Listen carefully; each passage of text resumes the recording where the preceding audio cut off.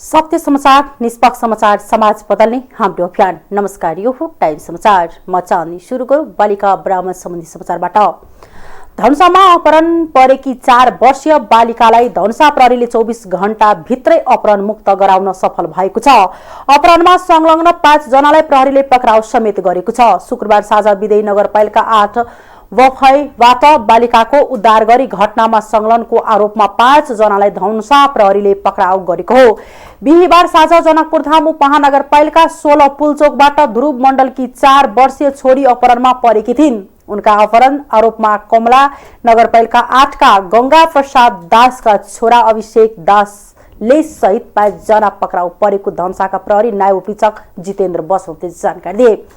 उनका अनुसार बालिकाको बुवा जनकपुर पुलचोक स्थित डेरा गरी पूरा परिवार सँगै बस्दै आएका छन्। सोही घरमा भाडा लिएर बस्दै गरेका अभिषेक दासले बालिका विद्यालयबाट आएपछि अपहरण गरी लगेको अनुसन्धानबाट खुलेको प्रहरीले जनाएको छ।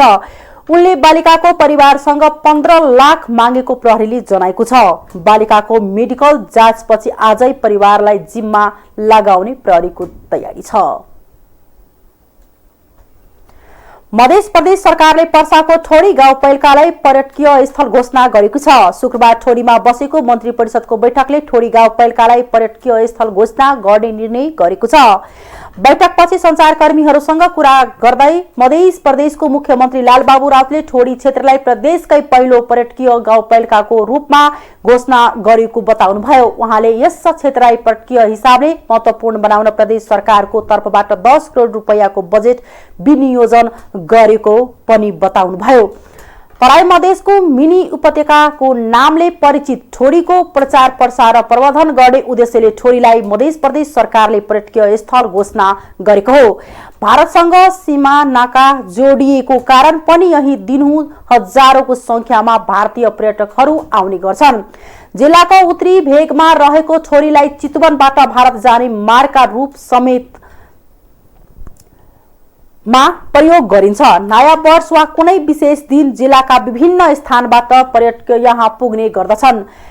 पटेरवा सुगौली गाउँपालिकामा पर्ने बाबा तुधेश्वरनाथ महादेव भाटाधाम धार्मिक पर्यटकीय क्षेत्र भएकोले सो क्षेत्रमा वैशाख, श्रावण र माघ महिनामा लाग्ने मेलामा स्वदेश तथा छिमेकी देश भारतबाट लाखौं भक्तजन आउने गर्छन्।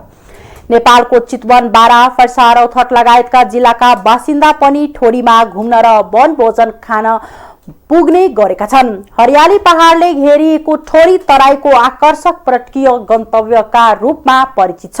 ठोडीमा राई धारा, सेतो पहाड, गोले डाँडा, रातो पहाड, सिनेही पहाड, रानीवन, अमृतधारा, चिसो फानी, सीता गुफा, वन शक्ति, मदिरा बाग मन्दिर, बाघ मोर्चा मन्दिर, सीता गुफा, शिकारी बास लगायत 50 भन्दा बढी पर्यटकीय स्थलहरू छन्। तराई मधेसको सडक पूर्वाधारमा महत्वपूर्ण मानिएको हुलाकी सडक अन्तर्गत सप्तरी र सिराहा जिल्लालाई जोड्ने बलान नदीमा पुल निर्माण भएको छ। भौतिक पूर्वाधार तथा यातायात मन्त्री रेणु कुमारी यादवले एक समारोहका बीच पुलको उद्घाटन गरेकी छिन्। पुल उद्घाटन गर्दै मन्त्री यादवले तराई मधेसको विकासमा महत्वपूर्ण मानिएको हुलाकी सडकलाई गति दिन सरकार लागि परेको बताइन्। विगतको सरकारले तराई मधेसप्रति विभेदकारी नीति लिएकाले हुलाकी सडकले अपेक्षित गति लिन नसकेको आरोप समेत उनले लगाइन्। सो पुल निर्माणको जिम्मा शर्मा पप्पू जेवीले लिएको थियो। 24 करोड 62 लाख रुपैयाँमा पुल तयार भएको हुलाकी राजमार्ग निर्देशनालय योजना कार्यालय जनकपुरका प्रमुख कृष्ण कुमार महतोले बताए। 4 वर्षमा निर्माण सक्ने गरी 2068 सालमा ठेक्का सम्झौता भएको थियो। हुलाकी राजमार्ग तराई मधेसको विकास र आर्थिक समृद्धिका लागि रणनीतिक योजना मानिएको छ। यो योजनाबाट यस क्षेत्रका 90 लाख बासिन्दा लाभान्वित हुने अनुमान सहित सरकारले यो योजनालाई राष्ट्रिय गौरवको योजनामा राखेको छ। मकरीमा मोटरसाइकल दुर्घटनामा परेर जनकपुर धामका एक पुरुषको मृत्यु भएको छ। शुक्रबार राति करिब 10 बजे मकरीको पिपरा गाउँपालिका 5 चाँदी चौक नजिकका मोटरसाइकल आफै अनियन्त्रित भएर लड्दा मोटरसाइकल चालकको मृत्यु भएको जिल्ला प्रहरी कार्यालय मकरीले जनाएको छ। जनकपुर धामबाट जलेश्वर तर्फ जाँदै गरेको प्र 202003 7875 नम्बरको मोटरसाइकल आफै अनियन्त्रित भएर लड्दा मोटरसाइकल सवार धनसाको जनकपुर धाम उपमहानगरपालिका वडा नम्बर 21 कुर्थाका करिब 45 वर्षीय उपेन्द्र महासेठको मृत्यु भएको प्रहरी प्रवक्ता प्रहरी नायब उपरीक्षक प्रकाश विष्टले जानकारी दिए। मोटरसाइकलबाट लडेर घाइते भएका महासेठलाई उपचारको लागि प्रादेशिक अस्पताल जनकपुर धाममा ल्याएकोमा उपचारको क्रममा राति करिब 11 बजे मृत्यु भएको हो। सर्लाहीको ईश्वरपुर नगरपालिकामा रहेको बलबास बजारमा आज बिहान झडप हुँदा सर्लाही क्षेत्र नम्बर 1 बाट निर्वाचित संघीय सांसद प्रमोद शाह घाइते हुनुभएको छ। स्थानीय युवा र सांसद शाह पछबीच झडप हुँदा स्थानीयले हानेको ढुङ्गा लागेर सांसद शाह घाइते हुनुभएको हो। सांसद शाहको टाउकोमा गहिरो चोट लागेको इलाका प्रहरी कार्यालय ईश्वरपुरले जनाएको छ। सडक निर्माण गर्दा भत्किएको पुल जोड युवा क्लबको भवन त्यसै ठाउँमा बनाउने कि नबनाउने भन्ने विषयमा दुई पक्ष बीच भनाभान हुँदा झडप भएको हो। प्रदर्शनमा उत्रिएका स्थानीयले सांसद शाहको सुरक्षाका लागि खटिएका पीएसओ को पिस्तौल र त्यसमा लाग्ने 7 राउन्ड गोली खोसेर पीएसओ माथि आक्रमण गरेको बताएको छ।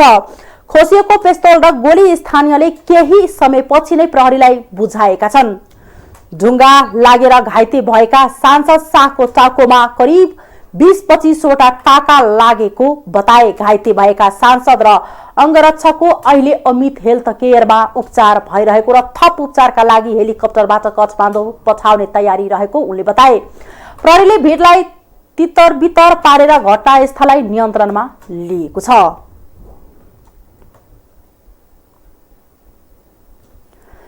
बारामा एक महिलालाई एसिड प्रहार गरेको आरोपमा महिलाकी जेठाजु र ससुरा पक्राउ परेका छन्। पर्साका वीरगञ्ज महानगरपालिका 13 बस्ने उमेश शाहकी श्रीमती 28 वर्षीय सीता पटेलमाथि शुक्रबार राति एसिड प्रहार भएको छ।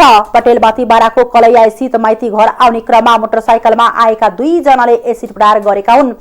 एसिड प्रहार भएको सूचना प्राप्त हुन साथ तत्काल प्रहरी टोली खटी गई घाइते भए पटेललाई उपचारको लागि प्रादेशिक अस्पताल कलैयामा पठाएकोमा थप उपचारको लागि नारायणी उपक्षेत्रीय अस्पताल वीरगञ्जमा लगेर उपचार भइरहेको जिल्ला प्रहरी कार्यालय बाराले जनाएको छ। पटेलले उक्त घटनामा जेठाजु वीरगञ्जको श्रीपुरका 32 वर्षीय राम बाबु शाह र ससुरा 50 वर्षीय हवारी शाह संलग्न रहेको बयान दिएकी छन्। दुवैलाई वीरगञ्जबाट नियन्त्रणमा लिई थप अनुसन्धान भइरहेको प्रवक्ता प्रहरी नायब उपरीक्षक राजेश थापाले जानकारी दिए। आज विश्व नेवा दिवस मनाइँदैछ।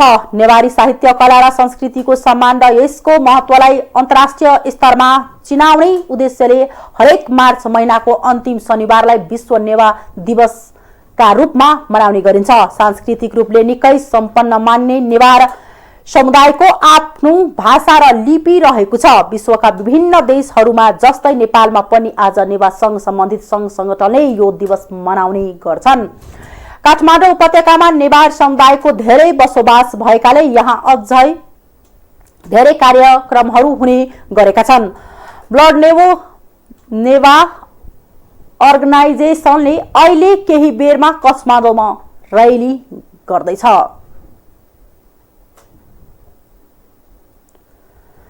प्रधानमन्त्री शेरबहादुर देउवाले स्थानीयलाई विकासको जिम्मेवारी दिन आवश्यक रहेको बताउनु भएको छ। शनिबार ललितपुरको भीमसेन मन्दिरको पुनर्निर्माण सम्पन्न भएको अवसरमा आयोजित समारोहमा बोल्दै प्रधानमन्त्री देउवाले स्थानीयहरूलाई नै विकास निर्माणको काम दिनुपर्ने बताउनु भएको हो।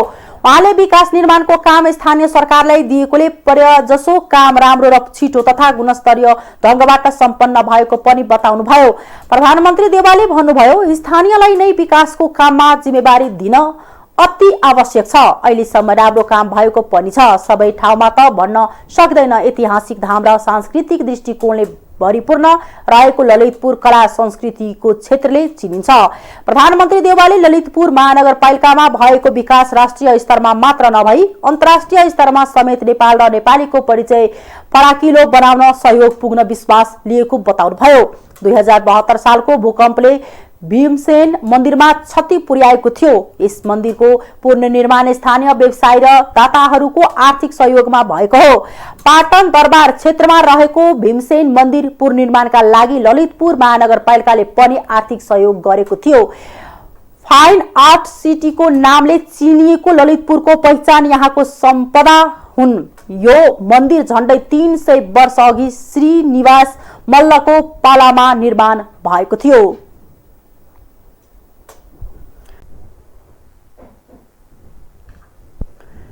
नेकपा एमालेका अध्यक्ष केपी शर्मा ओलीले मधेसका नेताहरूलाई मन्त्री बनायो भने मधेसी नेताहरूले नै किन बनाएको भनेर सोध्ने गरेको बताएका छन्। मुस्लिम इतिहास संगठनको 6औं राष्ट्रिय महाधिवेशनलाई सम्बोधन गर्दै ओलीले मधेसी नेताहरू बीचमा एक आपसमा सहमति हुन नसक्दा नेतृत्व अप्ठ्यारोमा पर्ने गरेको बताएका हुन्।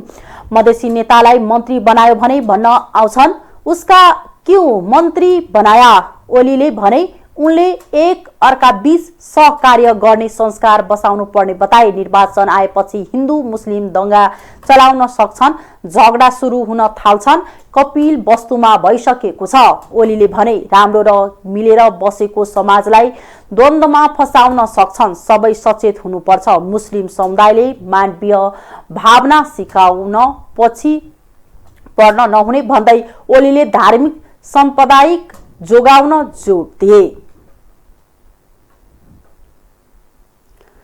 आर्थिक समाचार।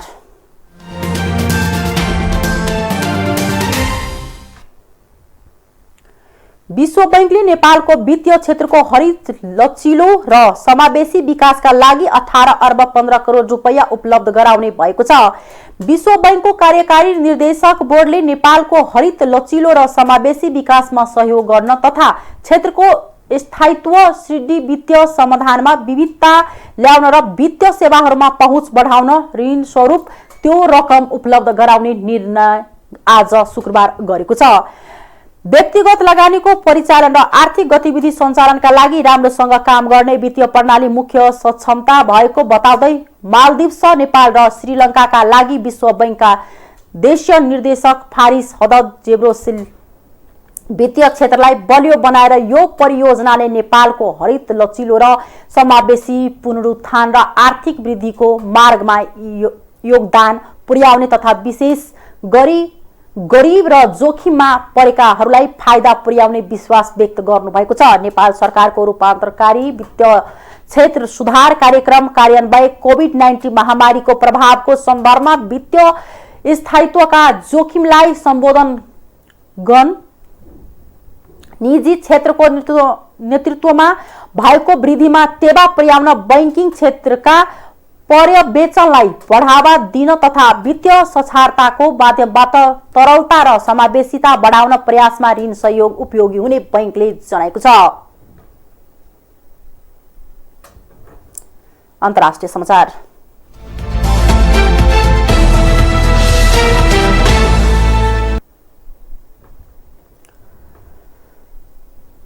पहिलो पटक मानिसको रगतमा सूक्ष्म प्लास्टिक फेला परेको छ। नेदरल्यान्डमा गरिएको एउटा अध्ययनमा मानिसको रगतमा सूक्ष्म प्लास्टिक भेटिएको छ। मान्छेको दिशामा यसअघि नै प्लास्टिक भेटिएको थियो। रगतमा फेला परेको चाहिँ यो पहिलो पटक हो। वैज्ञानिकहरूले 22 जनाको रगतको नमुना परीक्षण गर्दा 17 जनाको रगतमा सूक्ष्म प्लास्टिक भेटिएको प्रोफेसर डिक भेथाकलाई उद्धृत गर्दै भारतीय टेलिभिजन एनडीटीभीले जनाएको छ। यो खोजसँगै प्लास्टिक जन्य पदार्थ मानव शरीरबाट विभिन्न अंगहरूसम्म पुग्न सक्ने प्रमाणित भएको छ। रगतमा पुगेको प्लास्टिकले के कस्तो असर गर्छ भने पत्ता लागिसकेको भए पनि मानव कोषमा यसले गम्भीर क्षति पुर्याउन सक्ने बारे वैज्ञानिकहरूले चिन्ता व्यक्त गरेका छन्। मान्छेले खाना पानी र सास फेर्दा पनि सूक्ष्म प्लास्टिकका कणहरू निली रहेका हुन्छन्। मान्छेको रगतमा पानीको बोतलमा प्रयोग हुने प्लास्टिक र खानेकुरा प्याकेजिङ गर्दा प्रयोग हुने प्लास्टिक धेरै भेटिएको अध्ययन प्रतिवेदनमा उल्लेख छ। सन् 2040 सम्म अहिले भन्दा 2 गुणाले बढी प्लास्टिक उत्पादन हुने प्रक्षेपण चलिरहेको बेला मानिसको रगतमै प्लास्टिक पुग्ने कुरा अझ बढी जोखिमयुक्त भएको वैज्ञानिकहरूले बताएका छन्। हस्, अहिलेको लागि टाइम समाचार यति नै। हेर्दै गर्नुहोला टाइम्स टेलिभिजन। नमस्कार।